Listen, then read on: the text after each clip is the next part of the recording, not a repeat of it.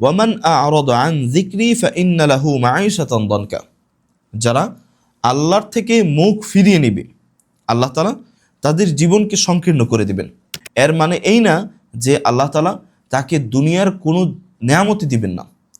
মানে যারা মুমিন তাদেরকে আল্লাহ তাআলা দুনিয়ার নাজ নেয়ামত দিয়ে ভরপুর করে দিবেন, আর যারা মুমিন না তাদেরকে দুনিয়ার কিছুই দিবেন না। বিষয়টা এরকম না।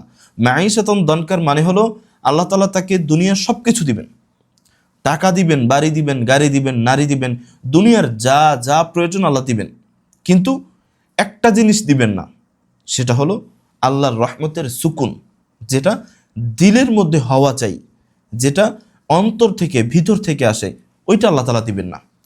ওই দিক থেকে আল্লাহ সংকীর্ণ করে দিবেন।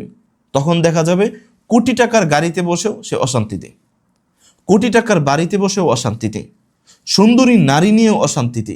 সেই নারী তার জন্য অশান্তির কারণ হবে, বাড়ি গাড়ি টাকা পয়সা এগুলো তার অশান্তির কারণ হবে, অথচ সে এগুলো সুখের জন্য কামনা করেছিল। তা আল্লাহ বলতেছেন মাঈশাতান দানকা, তার জীবনকে সংকীর্ণ করে দিবেন।